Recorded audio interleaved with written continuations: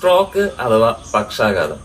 തലച്ചോറിലേക്കുള്ള രക്തയോട്ടം കുറയുകയോ അല്ലെങ്കിൽ രക്തക്കുഴൽ പൊട്ടിയിട്ട് ബ്ലീഡിങ്ങോ ആവുന്ന അവസ്ഥേനെയൊക്കെയാണ് നമ്മൾ സ്ട്രോക്ക് എന്ന് വിളിക്കുന്നത്. അപ്പൊ ഈ സ്ട്രോക്ക് സംഭവിച്ചു കഴിഞ്ഞാൽ എന്തൊക്കെ ലക്ഷണങ്ങളാണ് കാണുക, അതുപോലെ തന്നെ അത് സ്ട്രോക്ക് സംഭവിച്ചിട്ട് ഒരു 4.5 മണിക്കൂറിനുള്ളിൽ കുറച്ച് കാര്യങ്ങൾ ചെയ്തു കഴിഞ്ഞാൽ ഈ ഒരു പേഷ്യന്റിനെ നമുക്ക് ചിലപ്പോൾ നോർമൽ ലൈഫിലേക്ക് തിരിച്ചു കൊണ്ടുവരാനായിട്ട് സാധിക്കും. അപ്പോൾ അത് എന്തൊക്കെ കാര്യങ്ങളാണ്, എന്തൊക്കെ ലക്ഷണങ്ങളാണ് കാണാൻ പറ്റുക എന്നുള്ളതാണ് നമ്മൾ ഇന്നത്തെ വീഡിയോയിൽ ഡിസ്കസ് ചെയ്യാനായിട്ട് പോകുന്നത്. തലച്ചോറിലേക്കുള്ള രക്തോട്ടം കുറയുന്നത് കാരണം ഉണ്ടാകുന്ന സ്ട്രോക്കിനെ ഇസ്കീമിക് സ്ട്രോക്ക് എന്നാണ് നമ്മൾ പറയുന്നത്. രക്തക്കുഴലിൽ പൊട്ടിയിട്ടുള്ള സ്ട്രോക്കിനെ ഇൻട്രാക്രീനിയൽ ബ്ലീഡ് എന്നുമാണ് പറയുന്നത്. സ്ട്രോക്കിന്റെ ആദ്യ ലക്ഷണങ്ങളെ ഫാസ്റ്റ് എന്നാണ് പറയുന്നത്. അതായത് ഫേസ്, ആം, സ്പീച്ച്, ടൈം.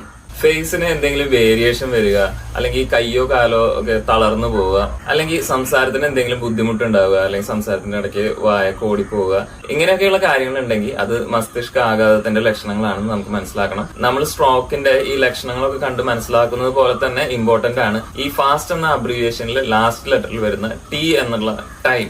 അതായത് നമ്മൾ ഈ ലക്ഷണങ്ങളൊക്കെ കണ്ടാൽ നമ്മൾ പെട്ടെന്ന് തന്നെ അതിന് വേണ്ടിയിട്ട് റിയാക്ട് ചെയ്യണം. നമ്മൾ പെട്ടെന്ന് മെഡിക്കൽ അറ്റൻഷനുള്ള കാര്യങ്ങൾ നോക്കണം. ഇസ്കീമിക് സ്ട്രോക്കിൽ 4.5 മണിക്കൂറിനുള്ളിൽ RTPA എന്നുള്ള ഇഞ്ചക്ഷൻ കൊടുക്കുകയാണെങ്കിൽ കട്ടപിടിച്ച രക്തം അലിയുകയും അതുപോലെ രക്തോട്ടം സാധാരണഗതിയിലേക്ക് മാറ്റുവാനും അങ്ങനെ അവരെ നമുക്ക് രക്ഷിക്കാനായിട്ടും പറ്റും. അതായത് തലച്ചോറിന്റെ ഒരു ഭാഗത്തുള്ള കോശങ്ങൾ ചിലപ്പോൾ ഓൾറെഡി നശിച്ചു പോയിട്ടുണ്ടാവും, അത് നമുക്ക് സേവ് ചെയ്യാൻ പറ്റും. പക്ഷെ രക്തയോട്ടം കുറഞ്ഞിട്ടുള്ള കുറച്ച് ഭാഗങ്ങൾ അവിടേക്ക് വീണ്ടും ബ്ലഡ് ഫ്ലോ വന്നു കഴിഞ്ഞാൽ ആ ഭാഗത്തെ കോശങ്ങൾ വീണ്ടും ജീവിക്കും. അപ്പോൾ ആ ഭാഗത്തിനെ രക്ഷിക്കാൻ സാധിക്കുകയാണെങ്കിൽ ആ വ്യക്തിയുടെ ഒരു ഡിസബിലിറ്റിനെ നമുക്ക് പരമാവധി കുറയ്ക്കാനായിട്ട് സാധിക്കും. RTPA ഒരു ത്രോംബോലൈറ്റിക് ഡ്രഗ് ആണ്. അപ്പൊ കട്ട പിടിച്ച രക്തത്തിനെ അത് അലിയിക്കുകയും നമ്മുടെ രക്തോട്ടം പുനഃസ്ഥാപിക്കാനായിട്ട് നമ്മളെ ഹെൽപ്പ് ചെയ്യുകയും ചെയ്യും. അപ്പോൾ ഈ ഒരു വീഡിയോ സ്ട്രോക്ക് വന്നു കഴിഞ്ഞാൽ അതിന്റെ ലക്ഷണങ്ങൾ നമുക്ക് എങ്ങനെ മനസ്സിലാക്കിയെടുക്കാമെന്നും അങ്ങനെ ഒരു ലക്ഷണങ്ങൾ കണ്ടു കഴിഞ്ഞാൽ എന്തൊക്കെ ആക്ഷൻസ് നമുക്ക് എടുക്കാമെന്നും മെഡിക്കൽ അറ്റൻഷൻസ് എടുക്കുന്ന കാര്യങ്ങളും അതുപോലെ തന്നെ നമ്മൾ നേരത്തെ പറഞ്ഞ ഫാസ്റ്റ് എന്ന ഇതിലെ ടി എന്ന വാക്ക് ടൈം എപ്പോഴും ഇമ്പോർട്ടന്റ് ആണ്. അതായത് ഇത്ര ടൈമിന്റെ ഉള്ളിൽ നമ്മൾ ആക്ഷൻ എടുത്തിരിക്കണം.